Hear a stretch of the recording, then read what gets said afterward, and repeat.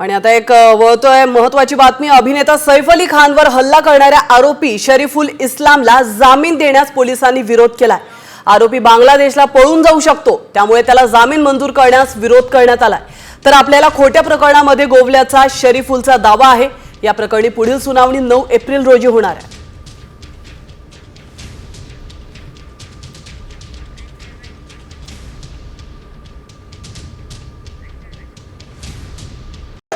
आणि आता एक वळतोय महत्त्वाची बातमी। अभिनेता सैफ अली खानवर हल्ला करणाऱ्या आरोपी शरीफुल इस्लामला जामीन देण्यास पोलिसांनी विरोध केलाय। आरोपी बांगलादेशला पळून जाऊ शकतो, त्यामुळे त्याला जामीन मंजूर करण्यास विरोध करण्यात आलाय। तर आपल्याला खोट्या प्रकरणामध्ये गोवल्याचा शरीफुलचा दावा आहे। या प्रकरणी पुढील सुनावणी 9 एप्रिल रोजी होणार आहे।